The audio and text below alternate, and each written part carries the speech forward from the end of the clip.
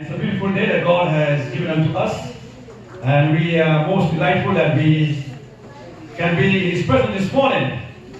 And as one has said that, I was glad when He said unto me, let us go to the house of God, and certainly we should be rejoicing this morning in the things of God.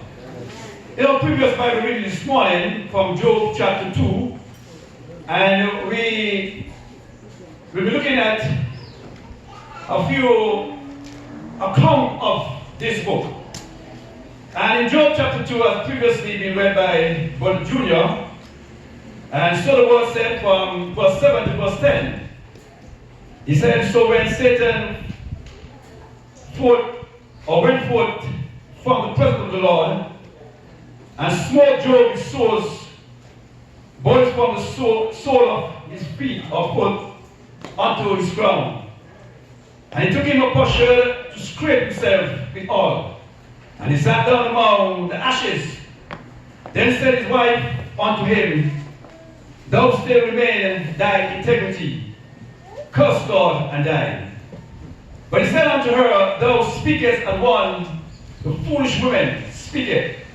What? Shall receive good at the hand of God, or shall not receive evil? In all this did not Job sin with his lips.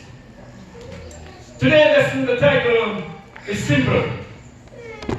And I want to look in verse 10 or verse 9, where I take my topic from. And the topic is still holding on. In Job chapter 1, we recognize from verse 1 that Job was a man of integrity. We look here at the quality of being honest and fair. And that tells us, brethren, that he was a man that was upright. He eschewed evil. And we recognize this morning that in all of this, that Job was counted for his integrity. The word integrity simply means the quality of being honest and fair. We look also in verse 2, he speaks about his children. And he said that he has 7 sons and 3 daughters. His substance in verse 3, where he said that he was a wealthy man in that time. His possessions was 7,000 sheep, and 3,000 camels, and 500 yokes of oxen, and 500 asses, and very great household. So this man was the greatest of all the men of the East. But this morning the word said, in all of this, trouble was still at Job's hand. In spite of his possessions and being upright, one that feared God, yet trouble was still lurking at his door. And the verse said in chapter 1, Satan entered. Satan, our deceiver, our adversary, he said that in verse 6, now there a day when the sons of God came to present themselves before the Lord, and Satan came among them. Praise God. This tells us this morning, brethren, that Satan is everywhere. And the Lord said unto Satan, whence cometh thou? Then Satan answered the Lord and said, from the going to and fro in the earth, and from walking up in it. And this continues, as we see here in verse 13. And said that situation now became as none of us will expect. He said that a day came when his children was at another brother's house. And the word came and said, well, Job, I only escaped. Your children died. I'm looking verse 15, verse 16, verse 17, and he said, when it does not rain, it pours, as the old saying said. And in all of this, brethren, I like what here happened in verse 20. Then Job arose and rent his mantle or his clothes, and shaved his head, and fell down on the ground and worshiped God. Praise God this morning. Brethren, tell us that in times of trouble, in times of situation, we got to hold on. Amen. And this tells us that many, in times, would have gone to other sources. Many would have taken other actions. But it tells us that with God, all things are possible. The winds may be blowing strong. You may be going against the grain of time. The opposition, everything will be going against you, but yet, we can still take time out to worship. Right. And this tells us this morning, brethren, that our circumstances are not greater than God was. We are still holding on. And brethren, as we look around us in our world today, we are seeing where so many things are happening to us, but we are still holding on. It tells us as the situation arises, and it began to display itself in this man's life. His wife being one of the main support. We know the story that we just read. Apparently she could not take it no longer, seeing all that I've done to her husband. She said, "You're just still holding on. What is there to hold on to? What is there to live for? My children, my possessions, everything has gone. What is there to live for?" But yet Job still hold on. You're holding on to your good name. You're holding on. You're holding on. What are you holding on for? Why not trust God in that? But he turned to her and said, "Woman, you speak as one of those foolish men. You are not the same person I met. You can't believe you have said those things. If God was giving us, and God is certainly, He has the power to take it." Praise God this morning. We have recognized that sometimes life has shown a cold war at us. What is wrong with the bend, we don't know, but we are still holding on. And I would like to bow the words as we sing here at this assembly so often. In the hymnal this morning, as I quote, 613, the writer said, "Hold to God's unchanging hand." He said, "Time is filled with swift transition. North of earth, unmoved can stand. Building your hopes on things eternal. You got to hold to God's unchanging hand. Amen. Trust in Him who will not leave you whatsoever years may bring."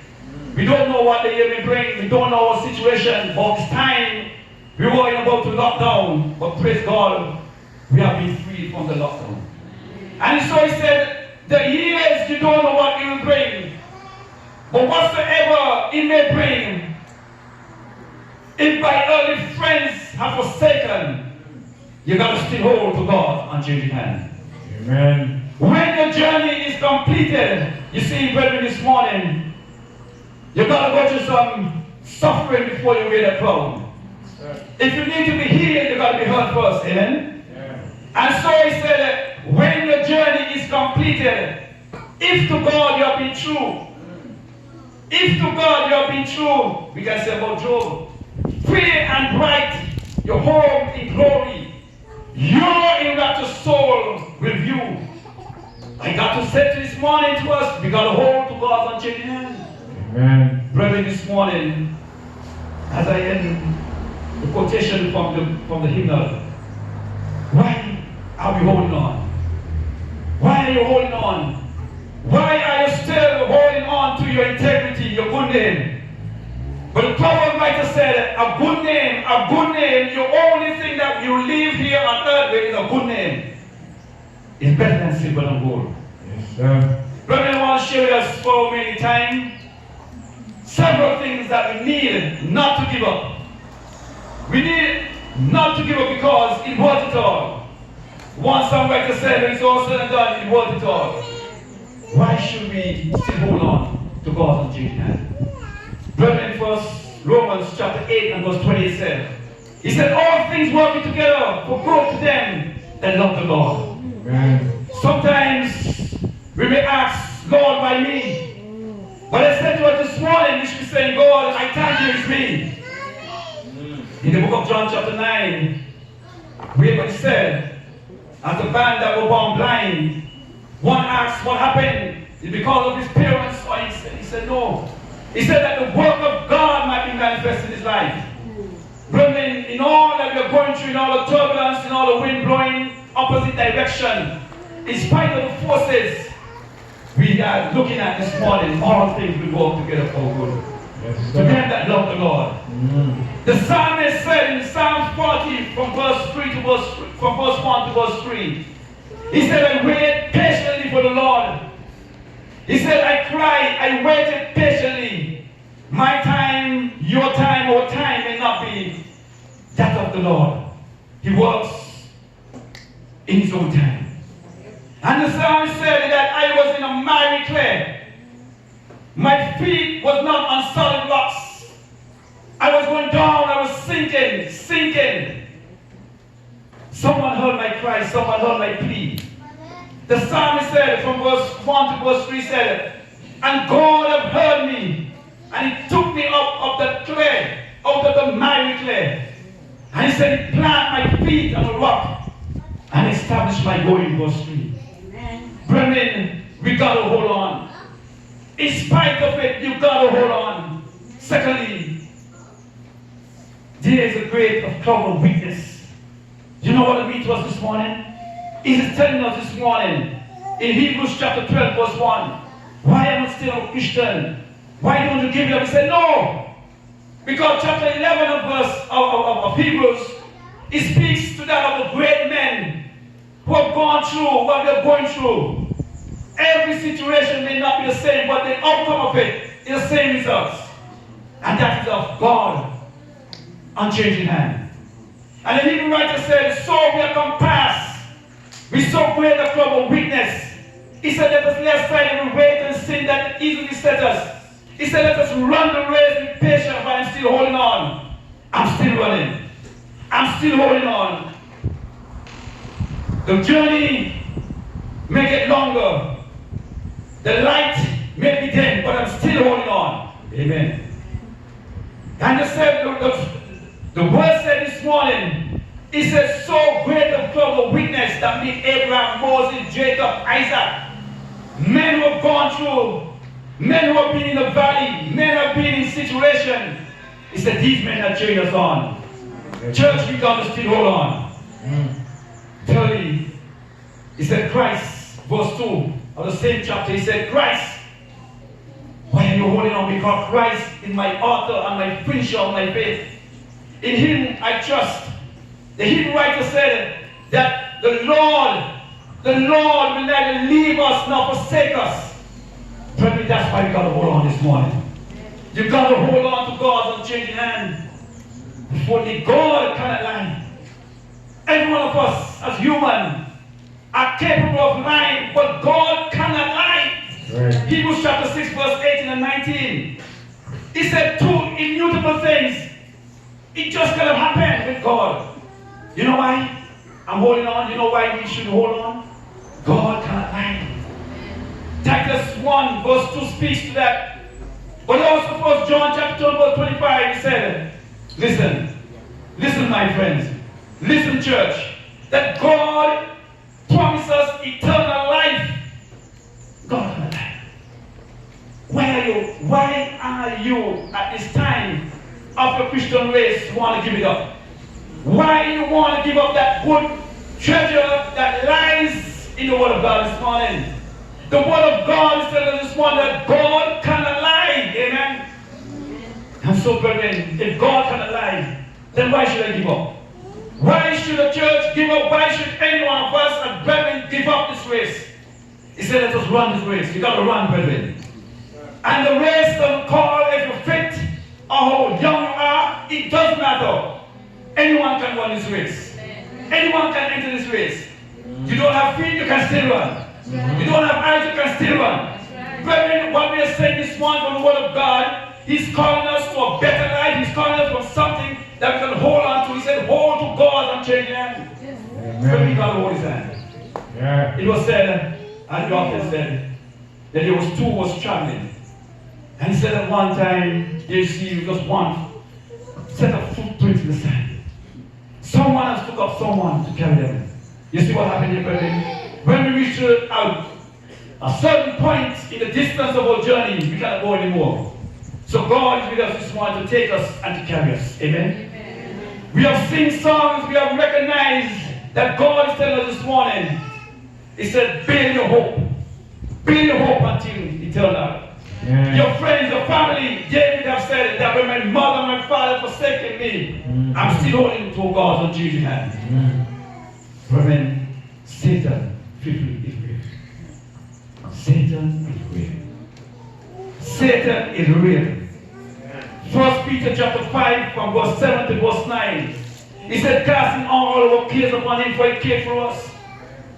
He said, be sober, be vigilant, because your adversary, who is the devil, is a problem. Brethren, we have to pray. He is the predator. We have a problem with predators in our societies. We have a problem with predators who are predators. People have taken advantage. People have taken the vulnerable and devour them. People have taken that which is innocent and destroy them. Yes. John chapter 10 verse 10 said that the devil, he come to kill and destroy. Yeah. He's real. He got a hold on to his hand. That's why Paul in Ephesians chapter 6 from verse 10 to verse 18 reminds us, you got to put on the whole arm of God. Yes, verse 10 said, be strong in the Lord and the power of his might. Yeah. He said, put on the whole armor. Brethren, this call for all battle with us adversary with Satan. He said, you cannot go in unprepared. You're going to be get defeated. You've got to take the whole armor. He said also, because we are not fighting against flesh and blood, but against spiritual wickedness in high places. Brethren, Satan, his three main mission is to divide, to rule, and to kill. Yes, he's real. Brethren, as we look at Jesus Christ, we call on his name, we pray to him, we ask of him. So it is with Satan this morning. We have learned from Job chapter 1 that Satan has entered. In Luke chapter 22, it speaks also of Judas. He said that Satan has entered. That means that this man, Satan, has entered into Judas, making him multiple personalities. And he said here, Satan got the best of him. Yeah. And he saw his Lord, Roman Ananias, in chapter 5, husband and wife, Christians, hallelujah. But Satan has filled the heart of the husband and lied to the Holy Spirit. Brothers, you can't be no match for Satan, you're alone. It was said of God to Jehoshaphat. He said that Jehoshaphat, the battle is not yours. You cannot defeat your enemy. The battle belongs to the Lord this morning. Brethren, we are fighting a force. As Ephesians chapter 2, verse 1, verse 2 speaks about the prince of the air. Let us not be ignorant of Satan's devices. Let us not think that he's not here, that he's not real. Satan is real. Brethren, I'm making emphasis on real because we know, we have seen it, we have witnessed it, we have looked at it every minute of life. That we see it every day of life revealing itself. Satan is real. So we're going to hold on this morning, brethren. We are still going to hold on. Because we are not going alone. We're going with God on our side. Amen. It was of Jesus Christ. And even Christ himself was confronted with Satan this morning. And the scripture said, as he came out of fasting, it's the Spirit took him up into a high mountain. And so Satan has came with three things that you and I would desire in life, amen? And he offered bread, being hungry. Brother Satan, he knows the scripture. The Bible speaks of him as one who trembled after hearing the word of God, but he's not going to repent.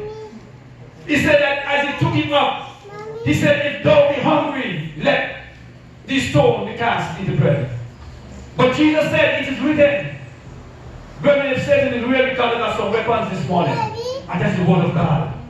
The word of God has been described as the soul of the Spirit.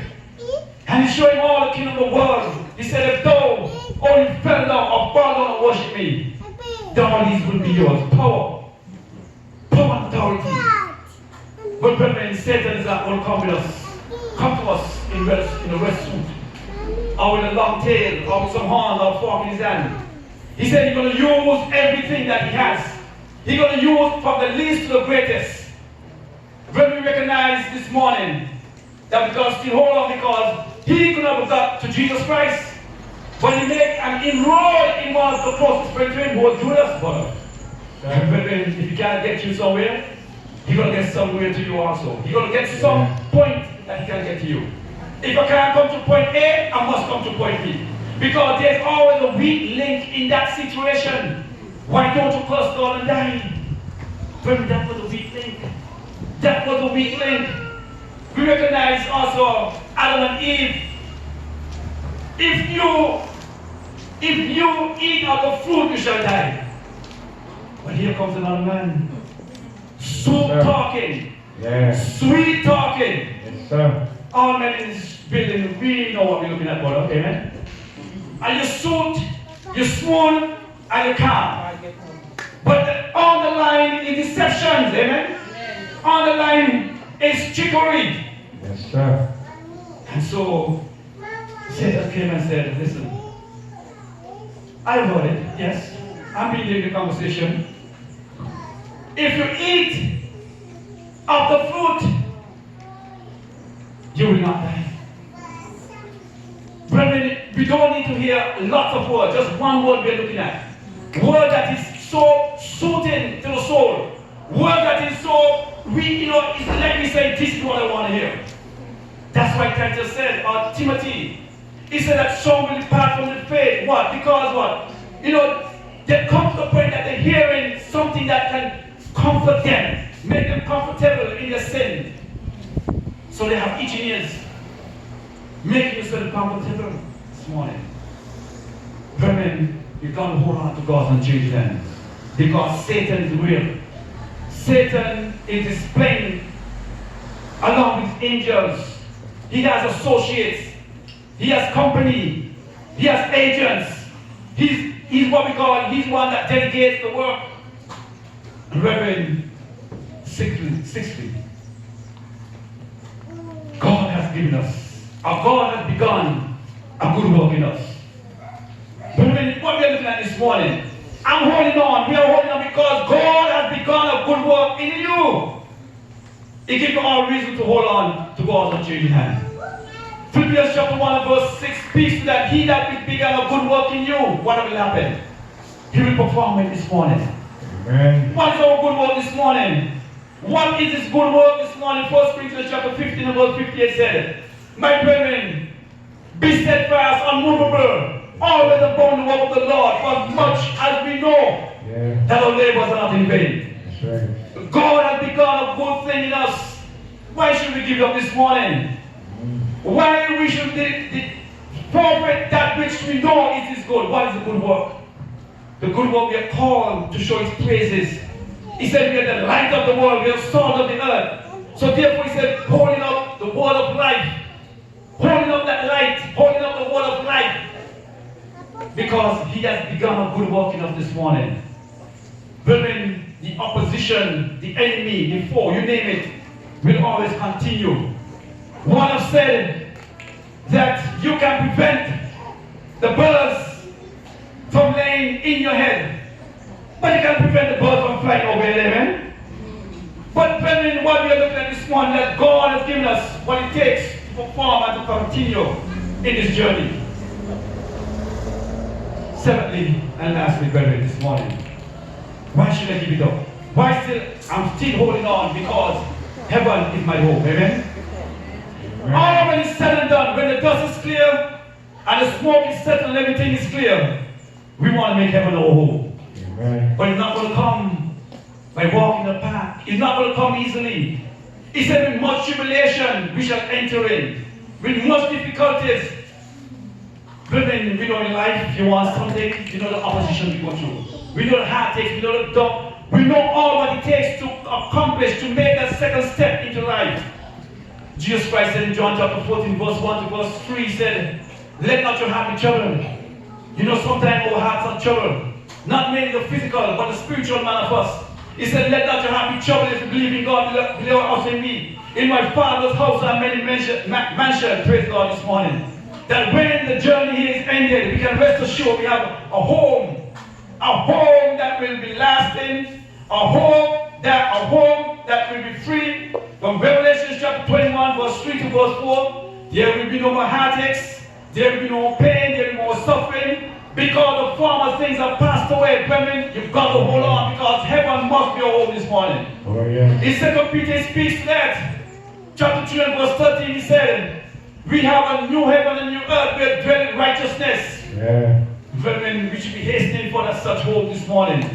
I'm still holding on because I have a hope this morning. My hope is built on nothing less but Jesus Christ and His righteousness. All on the grounds around me are sinking sand. I have a home. You have a home, church. We have that dwelling place with God this morning. That heaven must be a home. Heaven is speaking about this morning. Wherever that may be, wherever God dwelleth, we want to be there this morning. When we all get to heaven, what a day of rejoicing that will be. Sing the wondrous love of Jesus. Sing His praises. Because when it's all said and done, we want to make heaven our home this morning. But this morning, brethren, you got to hold on. You got to hold on in spite. We look here where Jesus Christ was in the boat. And as the boat began to go all sorts of opposite direction because the waves and the wind started to become cheery. And Jesus Christ there in the boat sleeping.